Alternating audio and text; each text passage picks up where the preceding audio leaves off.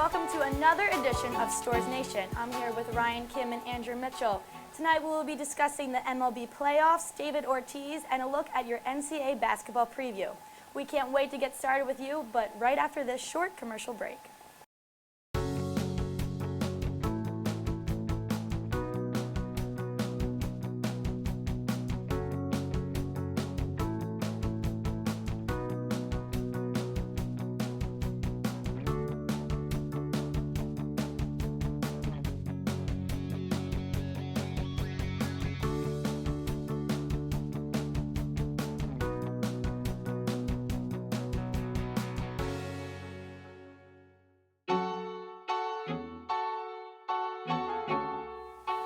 Welcome back to StorrsNation. I'm here with analysts Ryan Kim and Andrew Mitchell, who will be discussing the MLB Playoffs.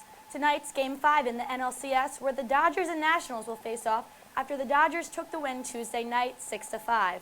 Over in the ALCS, the Toronto Blue Jays and Cleveland Indians will take the stage in Game 1 on Friday. Now, Ryan, with all the twists and turns in the MLB this year, who surprised you the most in the ALDS? You know, in the ALDS, I'd have to go with the Texas Rangers as the biggest surprise for being surprisingly terrible, specifically in the pitching. They're with the best record in the American League. They were 95-67.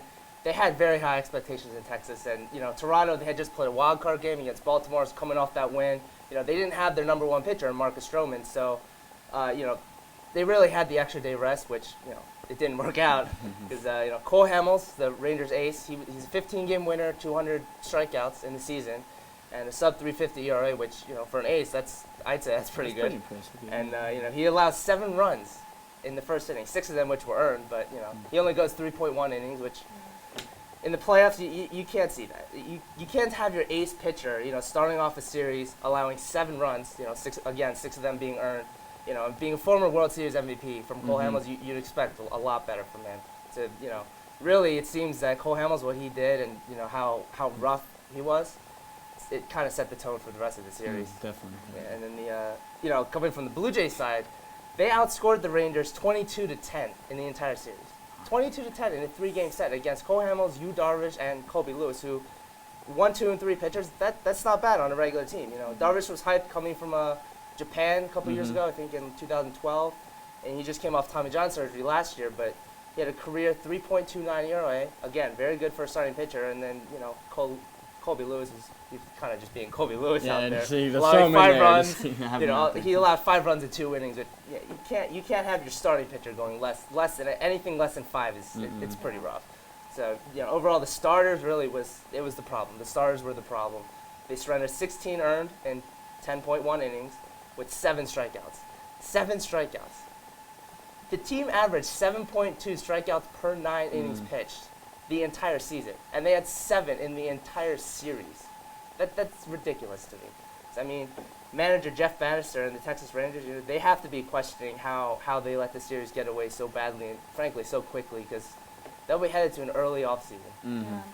Devastating loss for them. So, Andrew, what about you? Who surprised you the most in the ALDS this season? Well, first, Ryan, I gotta agree with you there. The Rangers had big expectations, and that great rotation.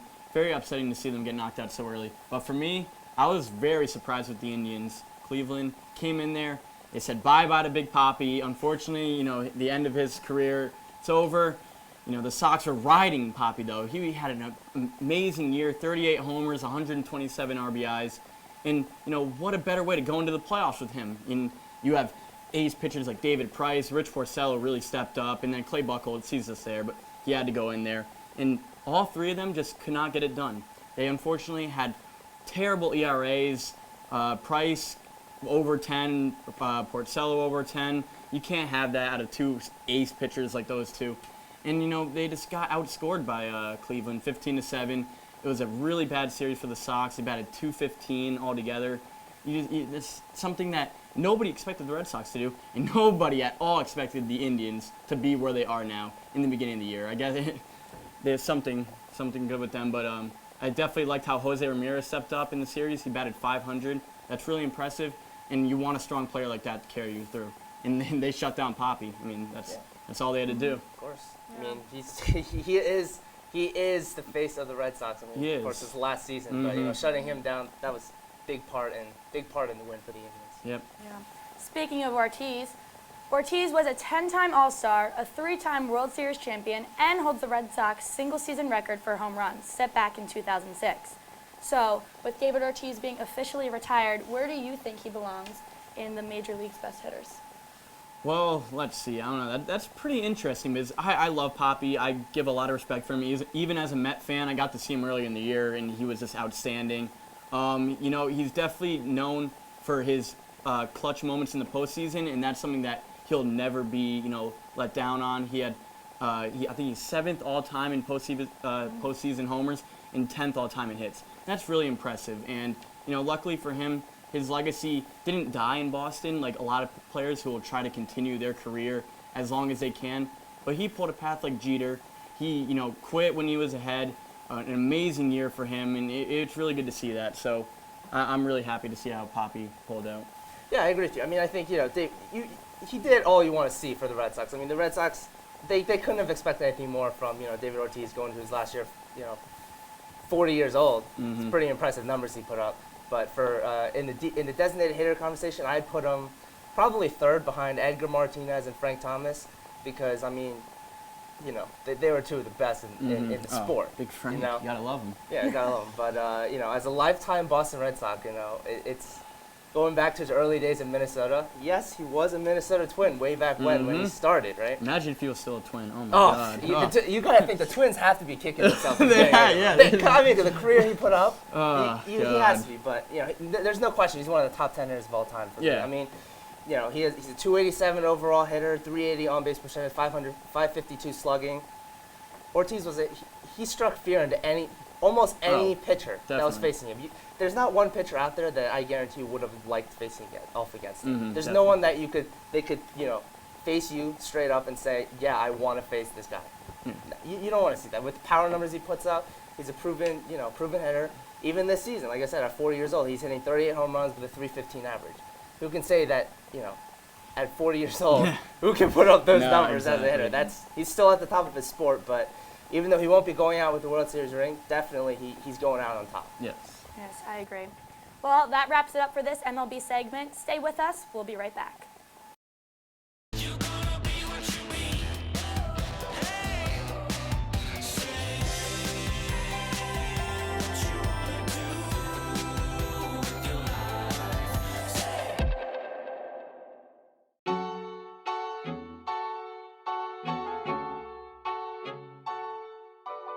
Welcome back. I'm here with Cam DeBrusque and Andrew Mitchell, who are here for your NCAA basketball preview.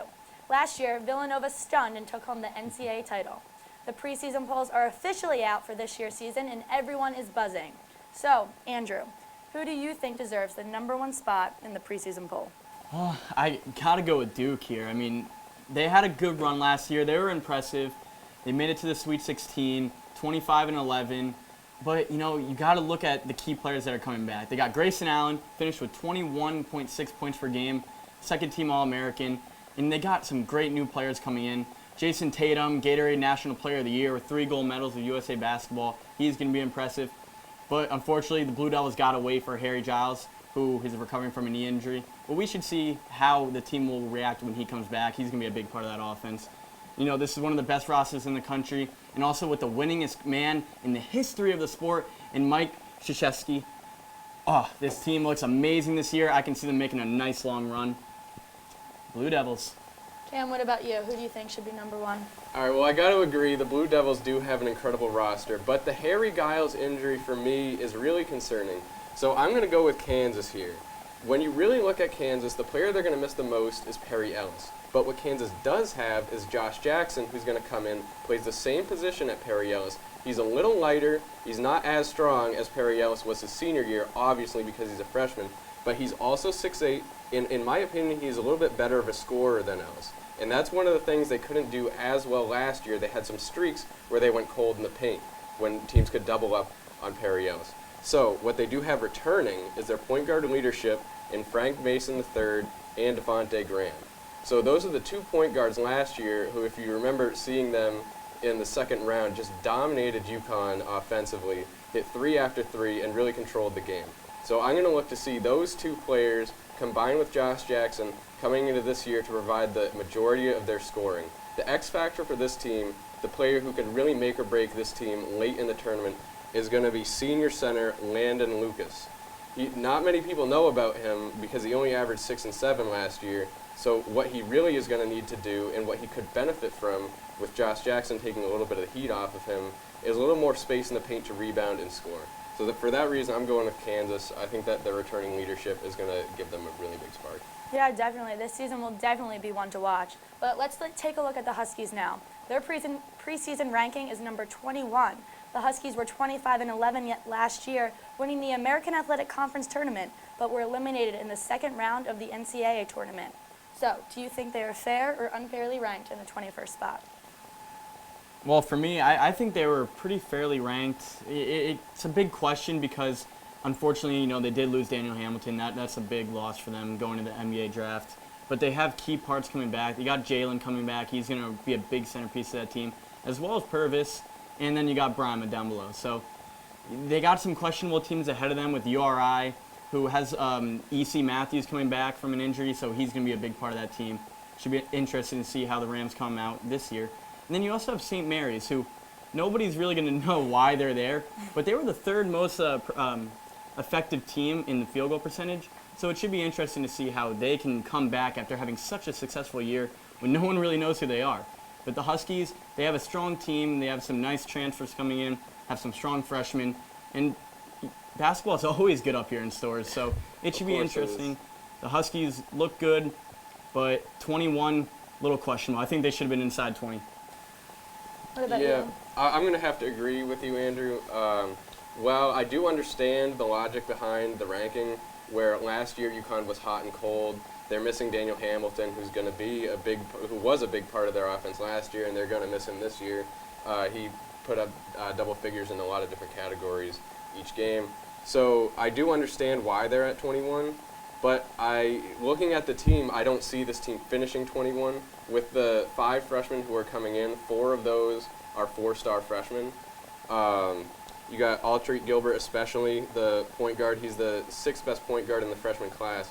So I see this team having a similar structure to how they have played in the previous 4 years, with Brima in the middle, and you have 3-4 guards playing around him. I can see this team doing some big damage as long as those guards mesh together. That's going to be a big part. That's one of the reasons why they disappointed last year, was there really wasn't that chemistry that you see with a national championship UConn team. It's really going to depend on if these new freshmen can step up and play at NCAA level. Right. So going off of that, with the returning and new players that UConn has, who do you think among all of them is going to be the X factor for this Husky team this year? Well, I'm looking at Rodney Purvis. Purvis last year had a great season, averaged 12.8 points per game. He was a big leader on that team, led the team in scoring. He's a senior, along with Brima, a very young team. He's going to have to turn into a mentoring role this year. He's going to have to help them out through the good times and the bad, and that's something you want in a senior. He's a redshirt, came from North Carolina, and he's been productive since. So it's going to be very interesting to see him. I can see him getting potentially drafted after this year, because he had that capability last year, and he was definitely a huge spot defensively. He was one of the main factors of why UConn was such a great defensive team, and having him and Brima, it's going to be really tough to get into the paint with them, because you have Purvis covering some of the best guards and forwards in the American Athletic Conference, then you have to get to Brima, who's covering the post. So very interesting. Purvis is the man this year. He's a leader, he's a mentor. In my opinion, he is the captain. So I'm projecting a little more points from him this year. I'd like to see 15. That's a little much, but I think Purvis can definitely do it this year, because the ball's going to be in his hands a lot. So who's your X factor this year? I'm going to have to, I do agree that Purvis is a big part. He was one of those players that was hot and cold last year, but going into this year, what they're really going to need is they're going to need to replace Daniel Hamilton. So I'm looking at Terry Larrier, who is a very similar body type to Hamilton and plays in a similar way. He has a 3-point shot. He's also 6'8", can handle the ball. He can bring the ball up the floor, fast breaks, which is one of the things that Daniel Hamilton did so well with the Huskies. Now, Terry Larrier, he is a redshirt. He's coming from VCU, and this is not last year's VCU team. This is the number 14 in the country VCU team that he's coming from, with Shaka Smart as a head coach. So he knows the Havoc defense and just the Havoc play style of the VCU Rams. And so I want to see Terry Larrier come into the UConn team and show that defensive ability, that drive, the motor throughout the whole game. And he was averaging 6.5 points for that VCU team, which was a hard team to get into that starting lineup. So I really think if UConn is going to do what they did in 2013, if they're going to make a run in the tournament, they're going to need to replace that offensive scorer that they had in Daniel Hamilton and that facilitator on the fast break. So I'm looking at Terry Larrier to become that player. Yeah, wow. Definitely with Terry, if he's coming off the bench, which he could possibly do, that's what the Huskies need. They need a bench. They need some depth, maybe a six-man. He can make a big role out of that this year. So. Yeah, I see him as a six-man. Unless you want him in the starting lineup to replace Hamilton, but yeah, I mean, it should be really intriguing to see how a transfer can come into this amazing basketball atmosphere. So. Yeah, definitely. Definitely. Well, I think that just about wraps it up for us tonight here on StorrsNation. From myself, Cam, Andrew, and Ryan, thank you for watching, and we'll see you next week.